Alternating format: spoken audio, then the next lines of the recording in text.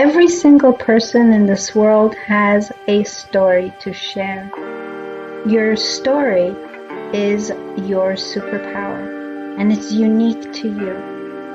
In sharing it with the world, you can impact millions of people. If you keep it to yourself, you are doing the world a disservice. This is Dela. I'm the host of Dela's Voice, and I help you share your superpower with the world.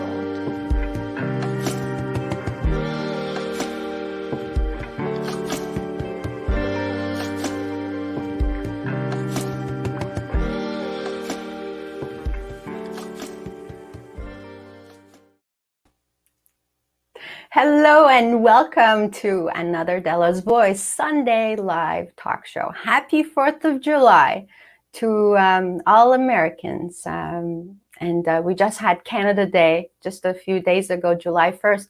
So happy Canada Day to all Canadians. It is once again a blessing for me to have this platform where I come on here every Sunday and share with you some of the world's most incredible stories. Nothing brings me more pleasure than knowing that with this show, a little bit of inspiration, a little bit of information, and a whole lot of hope gets added to your life. So thank you for being here every Sunday, and let's have a great show today, as usual. Today, we're talking about bringing more gumption to your life. No one can talk about this better than my friend, Steve Weber. I met Steve a few months ago, and I was blessed to be on his show, American Gumption, where he brings happy stories, positivity, a whole lot of positivity to his viewers, and his impacting the world with every single show. Steve has a long career of entertaining, inspiring people. You're going to see in a moment, and we're going to talk to him. And actually, I just want him to tell his story because no one can tell it better. Steve is himself a broadcaster, a Forrest Gump impersonator for a long time, which he turned into really what he does today. That's where his passion stems from. And we're going to hear all about that and his plans of what he's planning to do with this passion of his. So, ladies and gentlemen, please help me welcome my friend, a great man, Steve Weber, on Dela's Voice. Hello. Hi, Dela. Great to see you again. Good to see you too, Steve. It's good to see you. Welcome on the show. I'm so glad that we got to do this because we've known each other for a few months. You had me on your show, and this never happened until the right time when it was perfect. Yeah, and it was a few weeks back. You said let's schedule a time, and so I went to your calendar, and the very first day available was July the 4th, and I thought, oh my gosh, that's the holiday. And then I realized what a better there's no better day to talk about American Gumption than on the 4th of July. So absolutely. So happy 4th of July. Yes, thank you. And yeah, you guys, Canada, our Canadian friends just celebrated their Independence Day, and now we are celebrating ours. And it's a wacky, crazy world we live in these days. And so this independence concept is stronger today than ever. It certainly is. How do you feel these days, Steve? I feel like we're in kind of a bit of a twilight zone in the sense that things that we always just took for granted, suddenly, like I'm starting to think, gee, can I no longer take certain things for granted? Am I no longer allowed to say certain things? And I know that this whole last year has been one where our independence and our freedoms that we always just took for granted are now being, people are looking at them differently. So how this all plays out, we are going to see. But people like you and I who are, showing off people who are living free and making their own choices and living life the way they want to, I think we got to all make sure that we preserve that way of life. I agree with you. There has been a lot of stuff that we've taken for granted, and certainly I think in the past few months, if one of the things we've all learned is to look at life in with more gratitude attitude, and I'm with you on that. The things that we used to take for granted, we are no longer doing that. So I think that's a good thing. I think that's one of the silver linings of the past few months. Yeah, and it's forcing people to make decisions about what they're willing to tolerate and what they're not willing to tolerate. So it's a very good time to be alive. Let's leave it at that. That's for sure. It's a good time to be alive every single day. When you open your eyes and you're still here, that's a good day. Yeah, I've always felt like I've been very fortunate throughout my life, and I've had some unique opportunities, and I just kind of drifted along from thing to thing, and like feathers would show up in my life, and we'll talk about why we call them feathers. But that's really been from really when I was a child, through my teen years and my young working life, and moving across the country to California, and then years later going to Montana, and now temporarily at least back on the East Coast. So I've always kind of just went along, not making, I don't want to say, I sort of tried to plan my life, and yet at the same time I've just allowed things to happen and unflow the way they do. So it's a very interesting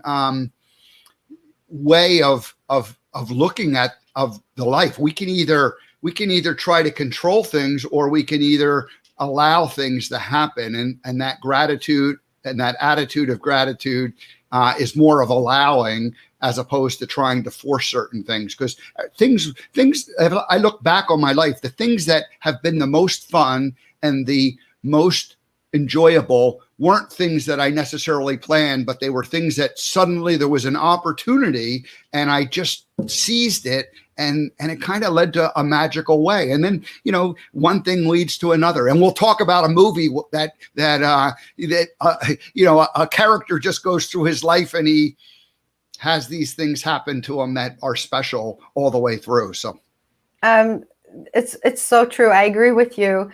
A lot of times we try to plan things. We like to control things. And so learning that not everything is in our control that has been one of the biggest lessons of my life, Steve, and it keeps coming up. It's crazy that we're talking about it today, but it's so true that one of the most important things I learned was the serenity prayer. Do you know that prayer, Steve? I do. Yeah. And so for viewers that may not know about the serenity prayer, and I want to put it out there because it is one of the best thing I ever learned in my life. And you can replace the word God with whatever you like. I would like to use God.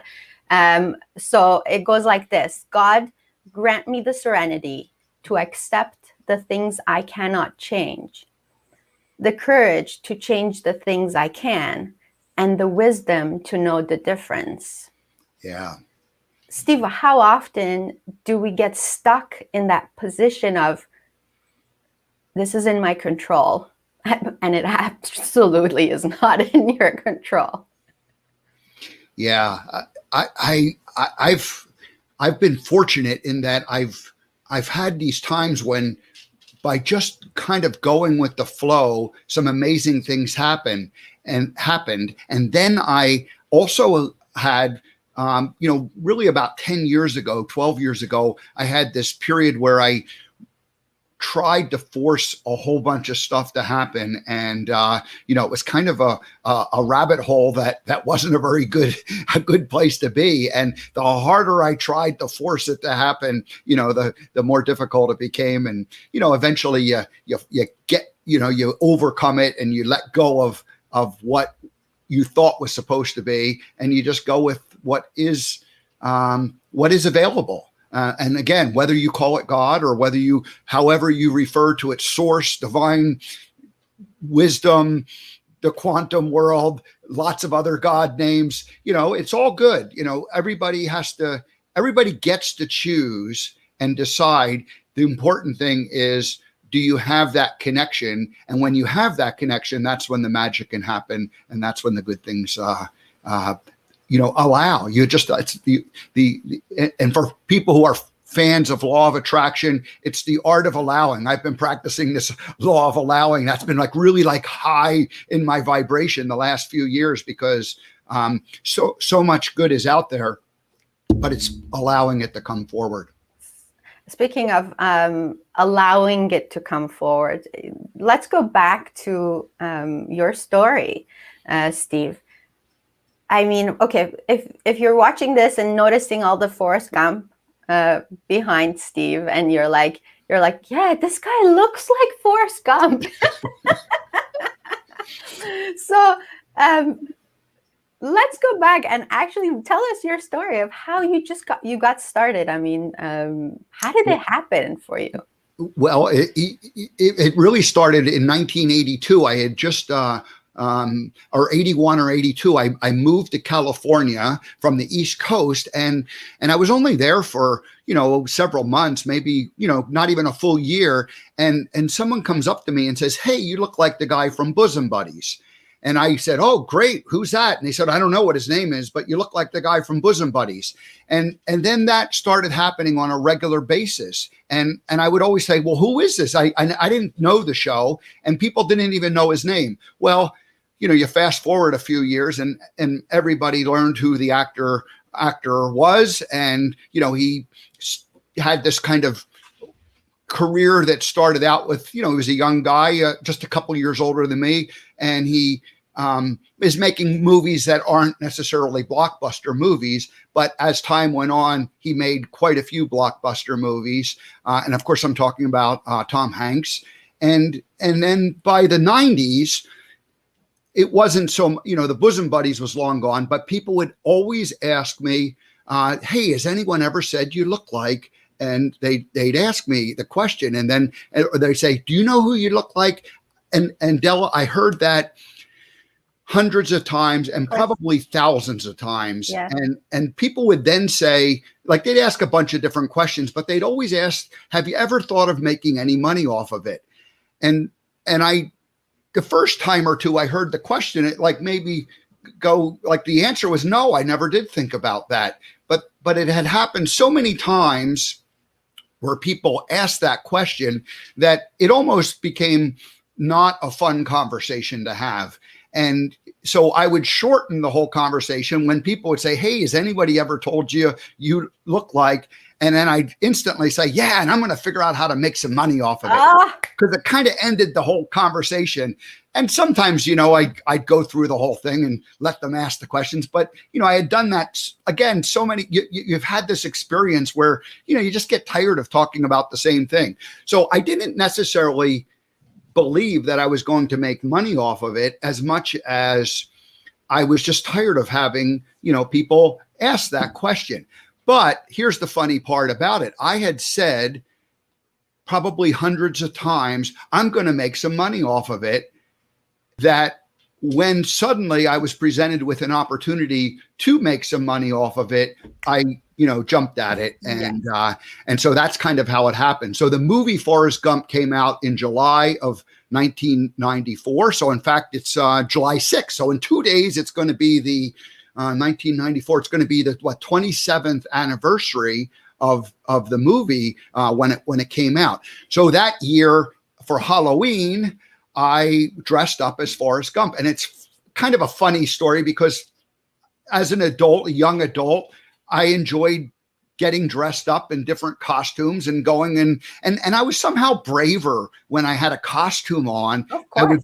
I would be a little more wild than I was in real life. And so I was Forrest Gump for Halloween in 1994. And I put the costume away in the closet and thought, well, that's the end of that.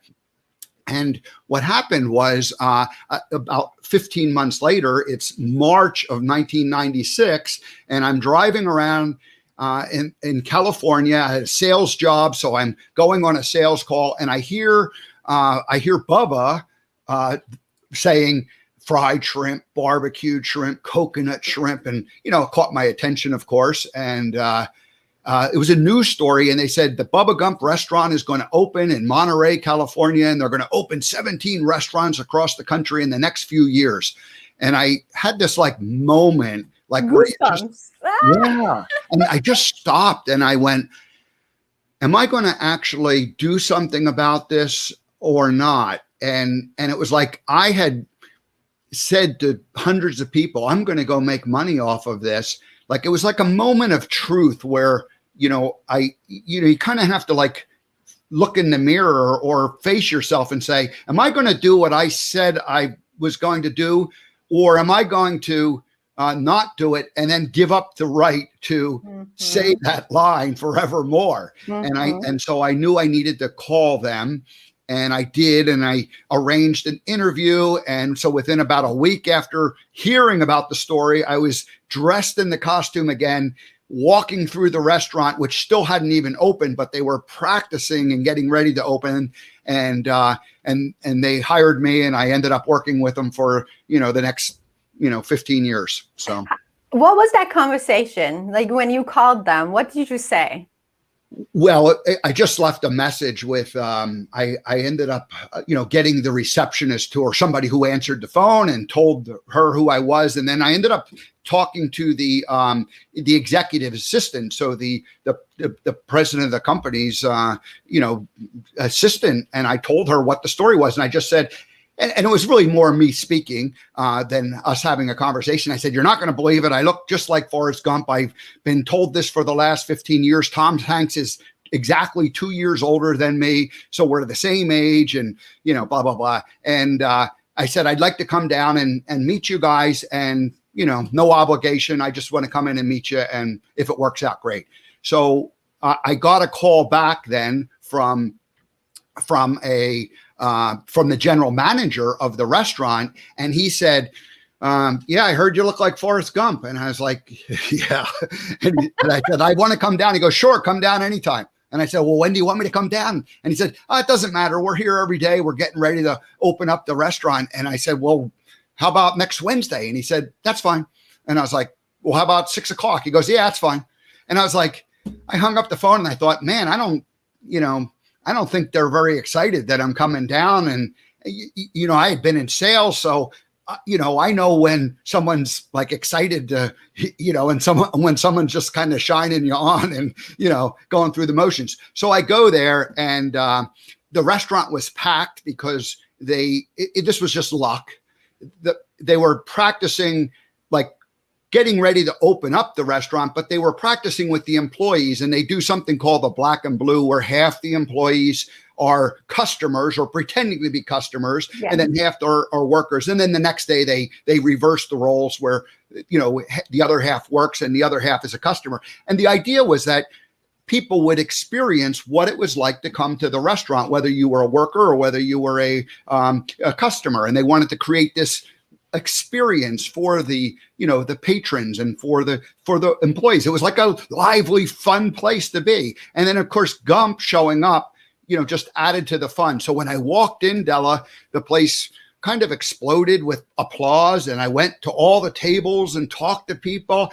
And after about a half hour of just doing this and kind of being on my own, like acting like I owned the place, I was like, well, where's the person I'm supposed to meet? And so at that point, I did meet the contact, and, we left the restaurant area and went to another room and had a conversation. And And what I did, Della, was I brought, I had my suitcase. There's the remaining of part of the suitcase up there. It sort of wore out. And although I do have another, a new suitcase that I use. Were you in that white suit? I had the white suit on. Yep. I was in costume. And so were you speaking like Forrest Gump at that point? Yep. Yep. So you just honed in into this amazing opportunity, and it worked out for you. Yeah. And I had done if I had to go find the costume during that 1 week time period, it would have been a lot more pressure, but I already had the costume from Halloween a year earlier. And, and I had been working in sales for, the last, 8 or 9 years. And so I was used to, meeting people, and, I had a couple of sales positions, and really sales is nothing more than acting, right? You learn a new product, and then you go out and you talk to people about the product. So you just showed up, and I acted like the character. And, but what I did was I brought, when I was talking with the director of marketing, I opened up the suitcase and I had 3 pieces of paper, and I handed paper number 1, and it said, "You could hire me for the grand opening." And, they're looking at it. And then I opened the suitcase and handed paper number 2, and it said, "You could hire me for the grand openings of the 17 restaurants you're going to open the next couple of years." So I was essentially giving them the idea of how they could use my services. And then brilliant. The 3rd paper said, "You can hire me on the weekends, and I'll just sit there and talk to people and, entertain them outside on the bench." Because all the restaurants, and this was only the first restaurant, they always had a bench out front of the restaurant, and it was a way to talk to people. And I did that. I ended up getting hired for all 3 of those. I ended up opening 22 restaurants in the 15 years that I was there. And then I worked most weekends in Monterey or San Francisco, just talking to tourists for, like about a 5-hour period from 12 to 5 on Friday, Saturdays, and Sundays. Sometimes, an extra day in the summer months. So it was a kind of a surreal job. I describe it now as like I kind of lived in a fishbowl. I was like, people would walk by and look at me and sit down and take their picture and talk to me. And it was fun.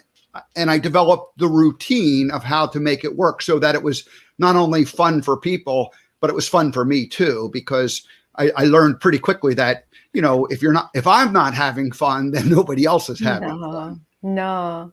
And that's the thing that people in the working world sometimes miss. They show up to work and they're not having fun, and then nobody else is having fun working with these people. So how do we find fun in our lives, no matter what our job is? And I had this kind of unique thing that I had to make it be fun. And of course, people would often say to me, "Oh, you're really lucky because you look like somebody." And it was true. I was very lucky and I appreciated it. But it was also, there was a lot of, it wasn't like I just rode that luck along. I put a lot of effort into, perfecting the craft of being the character. And it did become a job at a certain point, where I just had to show up. And once it really kind of got to that point where I knew how to do all of the interacting, kind of on autopilot, right? You train yourself to become, so it's become or it's, it's just, you're just automatically doing it. You're not having to think about it all. Once I got to that point, that's when I really tuned in, Della, on the idea that how do I have to be when I show up there in order for it to work, in order for it to be magical? And I had to be rested. I had to be nourished. I had to keep myself hydrated throughout the day. I had to be in a good mood the whole time. And there were times when, there were mistakes that I made when I didn't, behave in that kind of a good mood way. And it made interactions awkward. And it wasn't fun for me and it wasn't fun for the people. And fortunately, I was wise enough to, be able to catch myself when those things happened and make adjustments so that, they happened. They became rare and few and far between when that happened, because, I just knew I needed to show up ready to go each and every day. And show up 100%. Isn't that how we have to live life like that? I think you're so right. I want to know, what did you learn about people during that time, Steve? Because you're sitting on a bench and there's these, like, I can imagine hundreds of people passing by, and they want to take a picture with you, and some of them actually sit down and they want to get into this, and they start talking to you. What did you learn about people?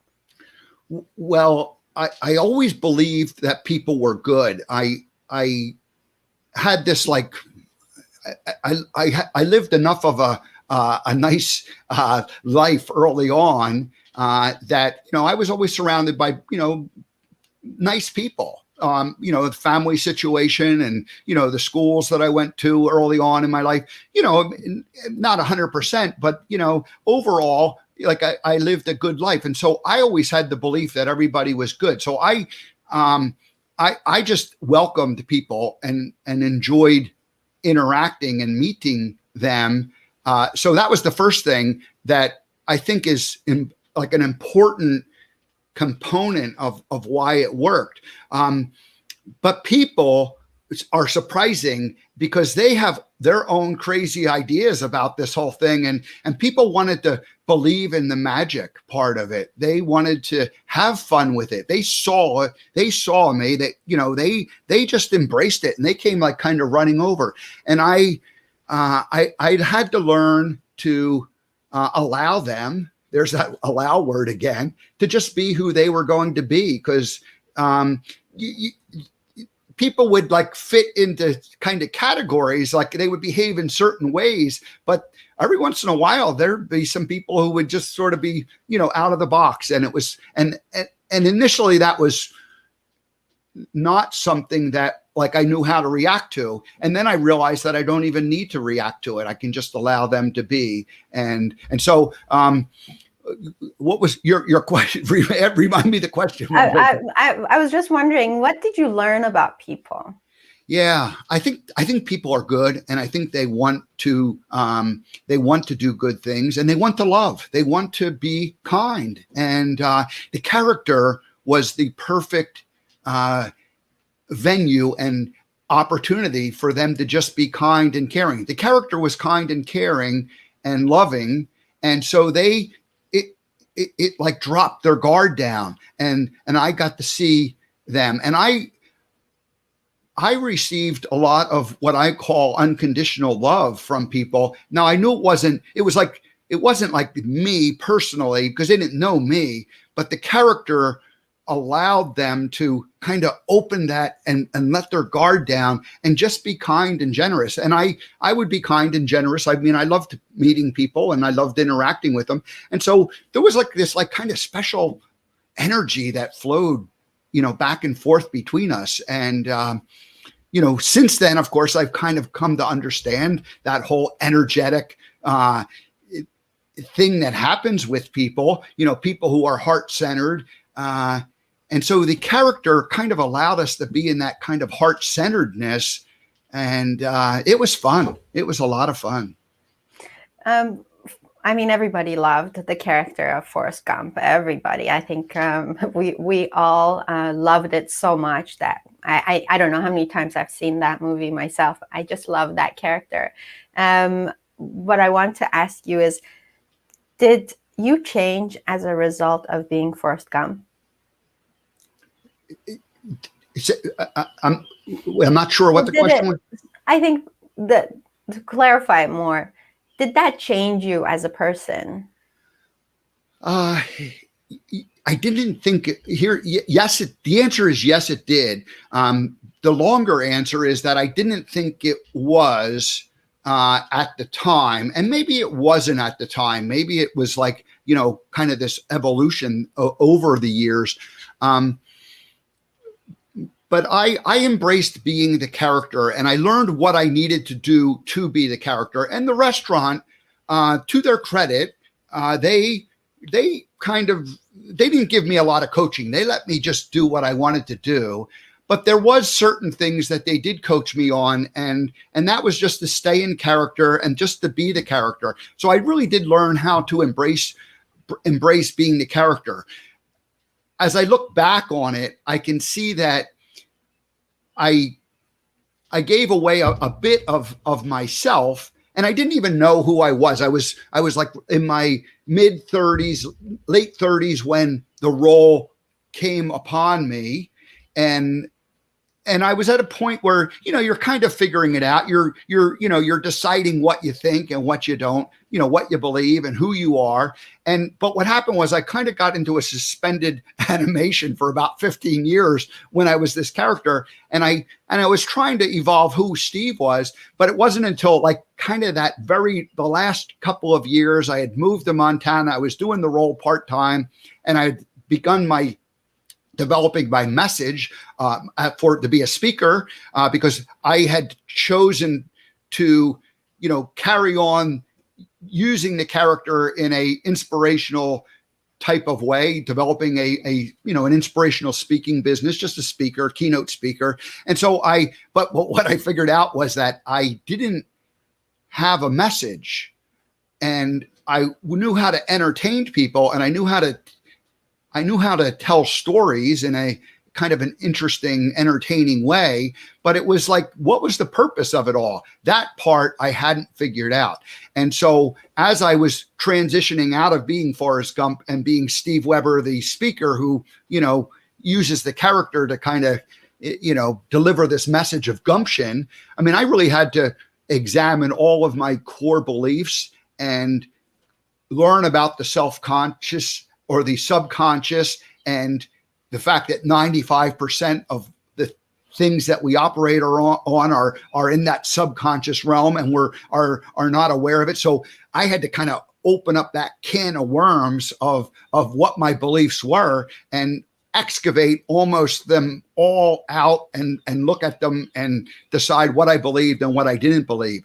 So the way the character changed me, to answer your original question, was it ultimately forced me as Steve Weber to decide what I believed and what I didn't believe. And it wasn't good enough to just adopt what the beliefs of Forrest Gump might have been. I mean, it was a fictitious character. So everybody gets to interpret what Forrest Gump believed on their own. But what was it that Steve Weber believed? And that was the part that, once I opened that can of worms, it took several years to really sort that all out. And it was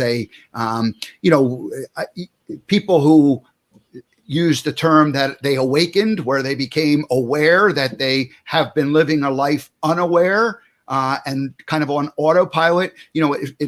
It allowed me, or forced me, to awaken and go, oh my gosh, there's so much more to life than just going on autopilot. And the 15 years, for the most of the 15 years, I was able to just kind of do it on autopilot once I kind of reprogrammed myself to be that character.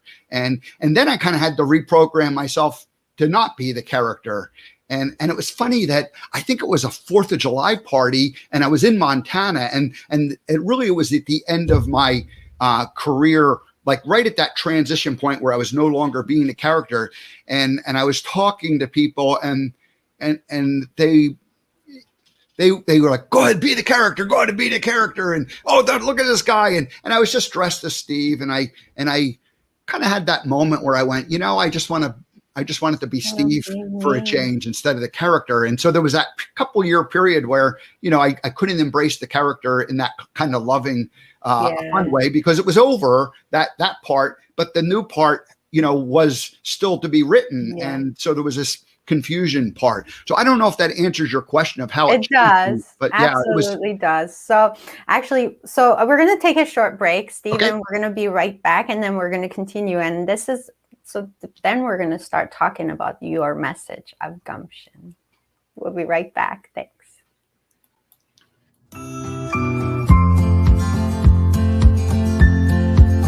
Welcome to Flowers and Things Flower and Gift Shop, serving Newmarket, Ontario and area for over 18 years.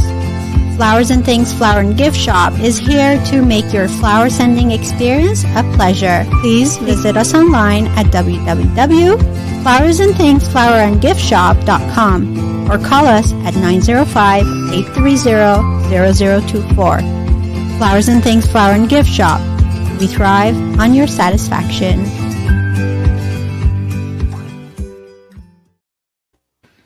And we're back with Steve Weber of American Gumption.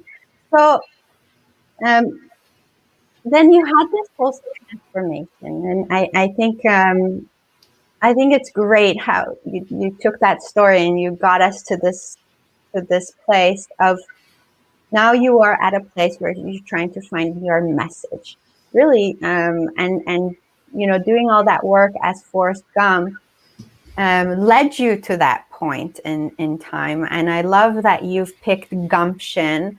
And I gotta admit to you, until I met you, I had never really thought about the meaning of the word gumption. And so I want to ask you, what does that mean for you? So it was probably around 2007 or 8, and I had already made the decision that I was going to develop a speaking message. And I was still working for the restaurant, so I didn't really have to, decide. I just was like talking about deciding. And I ended up hiring a coach who was going to help me develop the message. And she was a professional speaker. And I said, I want to talk about personal responsibility, because I thought about it. I thought, no, that makes, that's something that, seems like an important component. And she said, no corporation will pay you to talk about personal responsibility. You got to talk about sales or marketing or diversity or, one of these, one of these head-based ideas in terms of training people, but an idea, like a heart-based idea, wasn't something that the corporate world would pay for. This was her message and interpretation. So I thought, I'm going to talk about gumption, because that word had been surrounding me for the last 15 years or so, 10 years.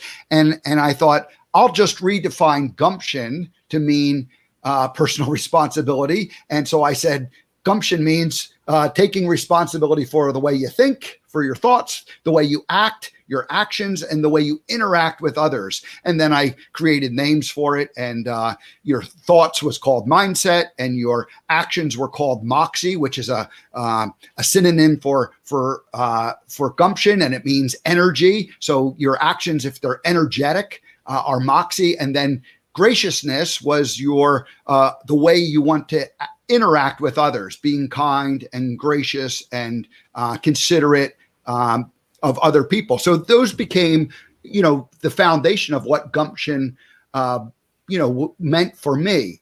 And so I was kind of disguising the personal responsibility in the word gumption. And I later came to realize that that was not very good advice, in the sense that nobody will pay you to talk about personal responsibility, because personal responsibility is so critical in everything we do. And anyone who's moved that 15 inches from the head down to the heart knows that this is where this is the way you can live a heart-centered life. And corporations have been admittedly slow to embrace that, but I think that we're really accelerating into that whole time period right at the moment. So it's a good foundation. I'm not sure what I should have question. The meaning of the word gumption, your definition of gumption. Yeah. So gumption meant taking responsibility for your thoughts, actions, and interactions with others. And I developed the whole story around all of it. As time went on, though, I dug deeper into the movie, and I invented the 3 life lessons from the movie. And I initially had about 20 life lessons, but it was too much for people to it was just like life lesson after life lesson after life lesson. Well, can we hear those? Can we hear those 3? Absolutely. So the first life lesson is I'm going to get my props out here. Oh, how fun. The feather, and the feather comes and lands at the foot of Forrest Gump. And he reaches down and picks it up. And that's the opening scene of the movie. So the feather represents the opportunities that come into our life. And I mentioned previously that the feather for me was the fact that they opened up a Bubba Gump restaurant, right down the road from where I was living in California. And so if they had opened their first restaurant in Florida or in Boston, it would have never happened. So but the feather was there. And when I heard that news story and I said, oh my gosh, am I going to call these people? It was really a question of, am I going to reach down and pick up the feather that just landed at my foot? And the thing about feathers, about opportunities, is they don't land, right in your hand, and they don't even land on your lap. They land like somewhere where you can see them, but you kind of need to grab them. You got to catch them, right? You got to reach up and catch them. And so that's life lesson number one. How's that sound? Oh my gosh, that's so good. I love that analogy. I love it. Yes.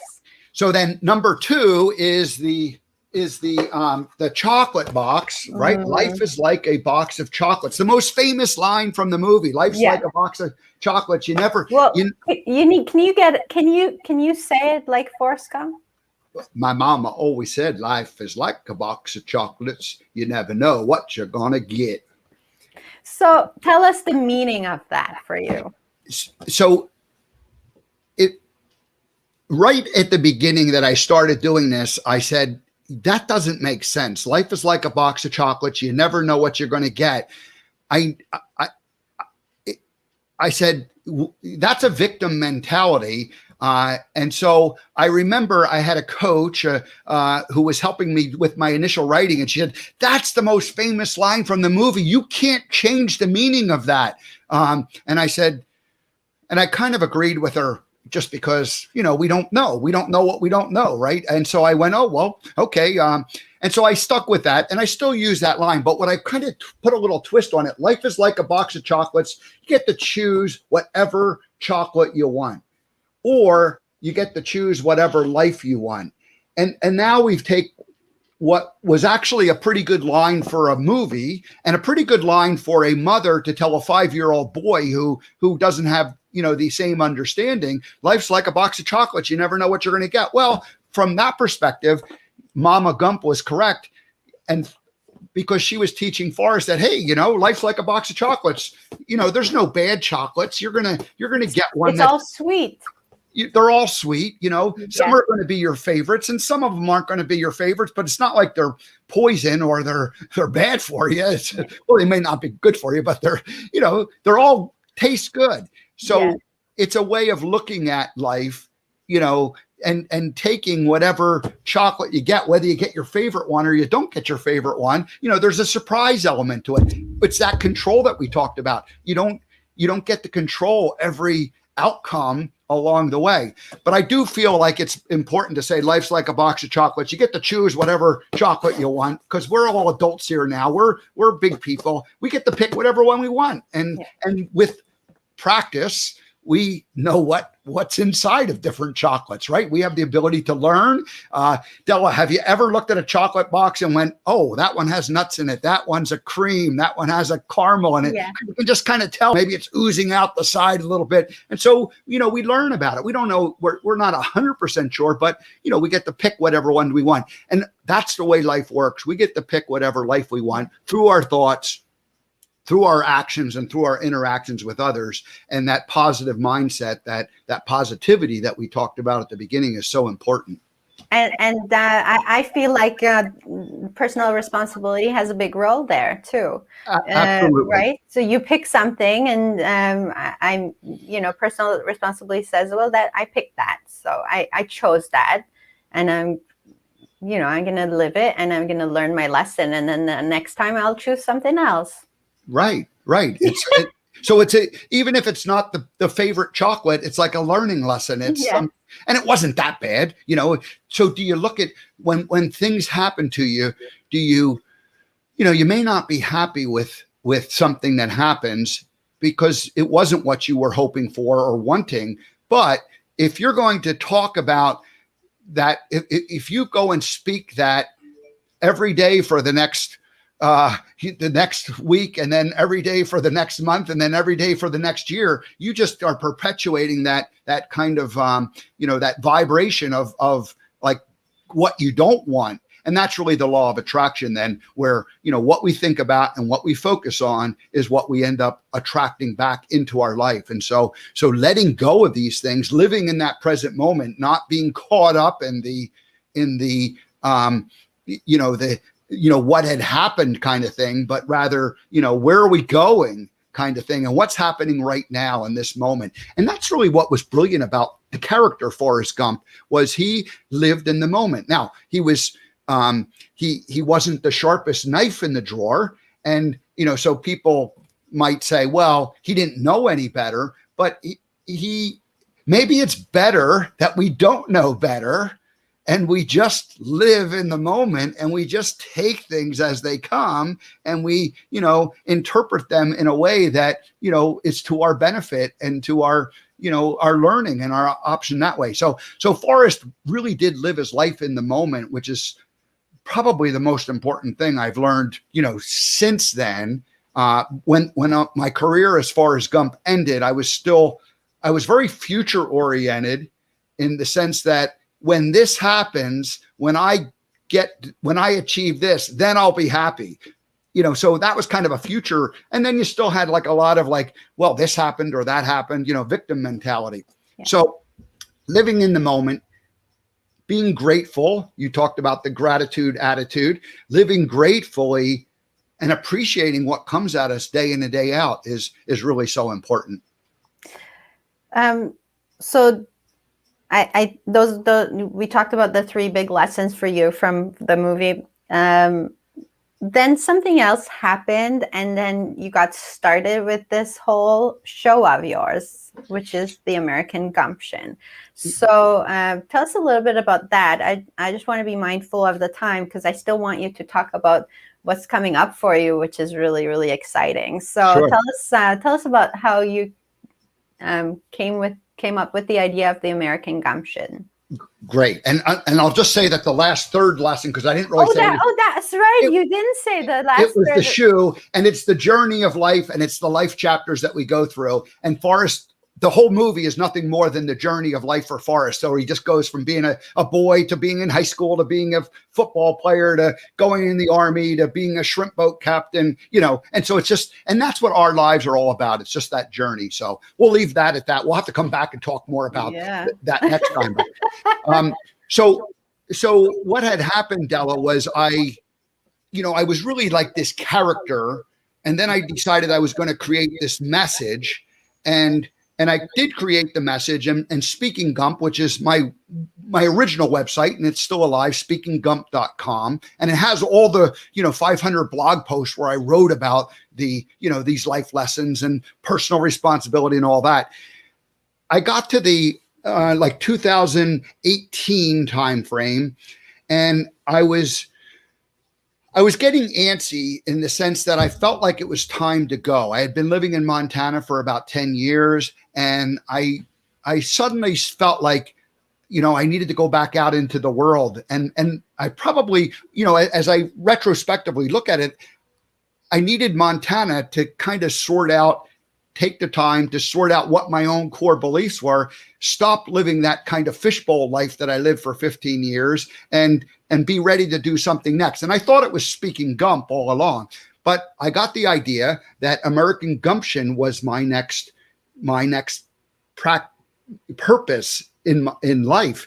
And what it is I was listening to the news one day, and I realized that there's so much negativity. There's so much fear-based reporting.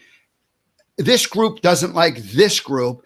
And I went, oh my gosh, where are the happy stories? And of course, people were building YouTube channels at the time. And I thought, I'm going to just travel around the country, kind of a la Forrest Gump, but not running in an RV. And I'm going to interview people, and I'm going to tell happy stories. And so that became kind of the mission. And so 2 years ago, I launched kind of just a page, a landing page of American Gumption. And then 1 year ago, I launched the American Gumption website. And 11 months ago, I launched the American Gumption show, and it's a virtual show. Obviously, last year wasn't a good time to be traveling around, and I expect that I'll be traveling around here maybe by the end of this year. I don't have an exact time frame on that yet, but that's going to happen. So in the meantime, I just started doing this daily show where I'm interviewing people, and it's all happening virtually. And but the idea is that many of the people that I meet and interview this way, I will eventually be out on the road, and I'll come to Canada, and we'll have a interview face to face or next to each other in the RV studio. The idea is that the RV will have a studio, and it'll be a broadcast thing, and we'll just meet people and talk and tell the stories of Gumption. And it really is about ordinary people living extraordinary lives, and it's that ordinary, extraordinary. We all are ordinary, and yet we all are extraordinary, and giving people permission to share their extraordinary story is I think it's something that ordinary people take inspiration from and need more of, because the news is poisonous. It's poison. I gave up TV a couple years ago, and you can't help but hear what's going on, but you don't allow that to be like your main energy source of information coming in, because it's fear-based and it's poisonous. So American Gumption is a remedy and an antidote to that type of attitude and living. And so I encourage everybody to sign up for my newsletter on AmericanGumption.com. I do a daily, not quite a daily, but I do a regular broadcast multiple days per week, 3, 4, 5 days, depending. And then, I do a weekly write-up about them and with links to the past shows and upcoming shows. And it's just, it's evolving. We're going out there, and we're going to make a difference. It's going to be great. And this idea of going on the road and doing the show from an RV, I think it sounds great. And there are so many people out there who have extraordinary stories. Yeah. Steve, I'm a total believer in that sharing our stories are so powerful in helping each other. And we all benefit from sharing stories. And so what have you learned from interviewing all these people all this time? You've done, I don't know, hundreds of shows. You've spoken to hundreds of people. What are some things that have been aha moments for you? I think it's probably the same thing I learned from sitting on the bench, is that people are good, and people want good things to happen for themselves, for their families, and for others. And there is there is an energy of the way our world is presently constructed that keeps people from realizing how extraordinary they really are, and that energy is not the truth of what's happening. And we're in this time period where things are kind of breaking down and evolving, and there was a long time period where people felt like nothing's going to change, and the energy I'm feeling is that things are going to change, but we all have to change ourselves. And so that awakening is occurring right now, and it's exciting time. So I think the main thing I learned from interviewing people is that there is optimism out there, and there's really an intolerance for the old way that perpetuated itself for the last 30, 40, 50, 100, couple 100,000, 2,000 years. So it's things are changing. It's a good time. It's a good time, and I think what we surround ourselves with is super important. So that's why watching shows like this and your show and so many other people who have these amazing great shows with awesome messages. It's so important to really support these shows and get them out there and share them with other people so that we can, you're right, the change starts with us. So if we want to see the change outside of us, we need to start within. So I want to thank you for everything you do. I think you're awesome. I think you have a great story. And I want to ask you, how do you see success? What is that? What is success to you? If you could give us your own definition. Yeah, it's a great question, Dela. It's evolved. This is something that's changed. My idea of success had been what I'm going to call what we traditionally, call success, meaning, you go, you get educated, you have a job, you have cars, a house, blah, blah, blah, this and that. And now I decide, I define success as living the life that you want to live, and being heart-centered in the sense that, your purpose isn't so much about yourself, but rather your community and the people that you surround yourself with. And so if we can, a successful life is the person who has the option to surround himself with kind, loving, caring people who are making a difference in the world. And so that's what I'm striving for. So I think you are a successful man by definition, and I agree with your definition of success. It's so important, and what you said is evolving. We do start off with our own definition of success, and as we get older, I think with experience and with change, our definition of success definitely changes. And I agree with you. When you do something you love to do, and it's impacting the world around you with a positive impact, then to me, you're successful.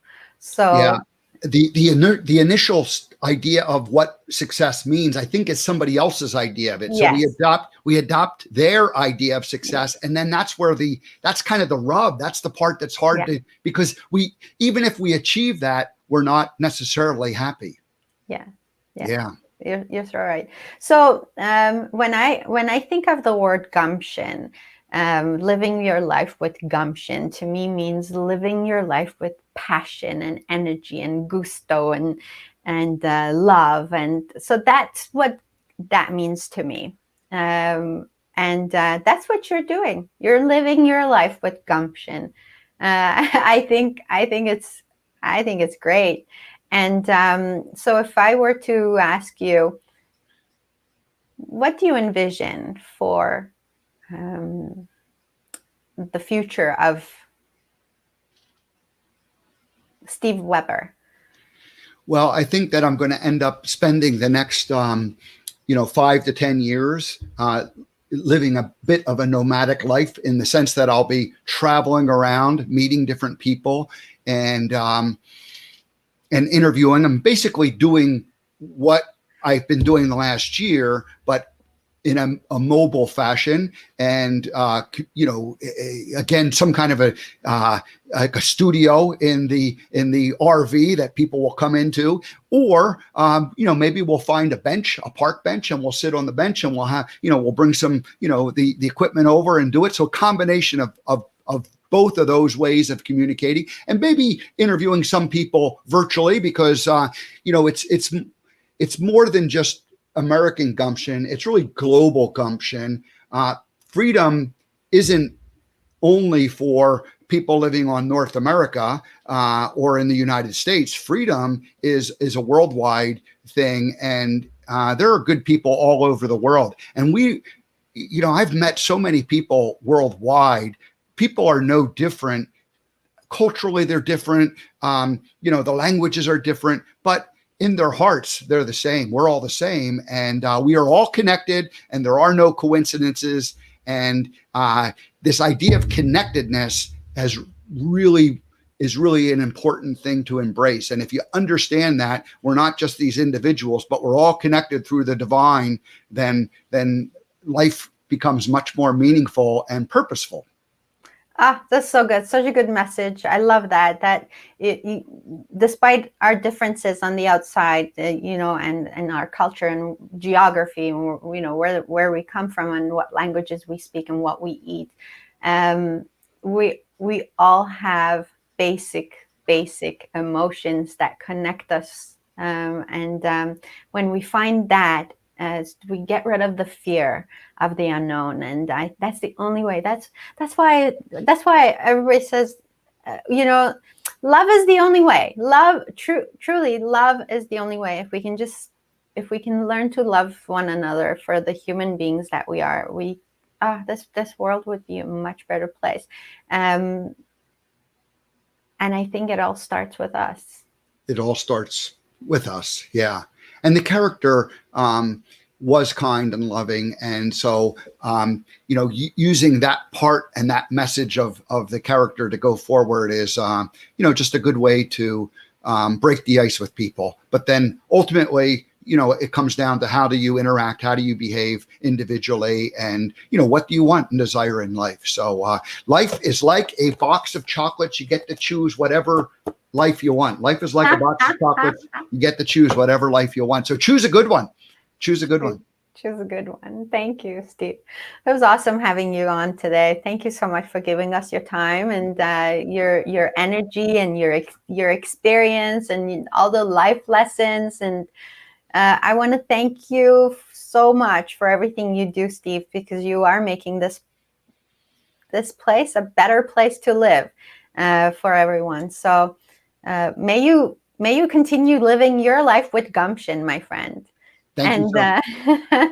Thank you, Dela. It's been great to visit with you and your audience. And it's a great day. It's a freedom day for the United States, but it's a freedom day for all of the world. We all need to live free, and we all need to live with gumption. So, I can't wait to hear from you more as you get on the road. Hopefully, you'll make your way up to Canada, and one day we'll get a chance to meet in your RV. So, people, keep an eye out for this guy right here, as one day in your travels you may see a bench somewhere with lots of crew, and Steve sitting on the bench is waiting for you to have a conversation.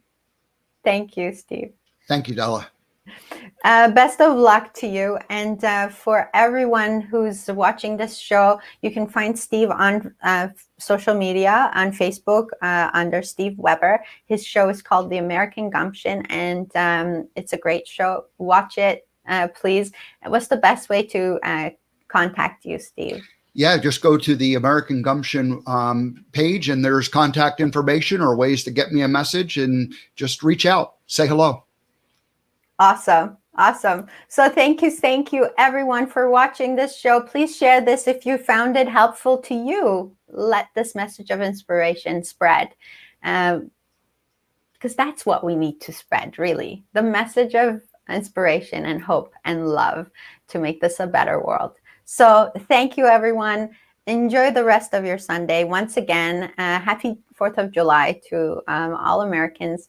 And until next Sunday, this has been another Dela's Voice, sparking your soul. Till next time, Steve. Bye-bye. Bye-bye.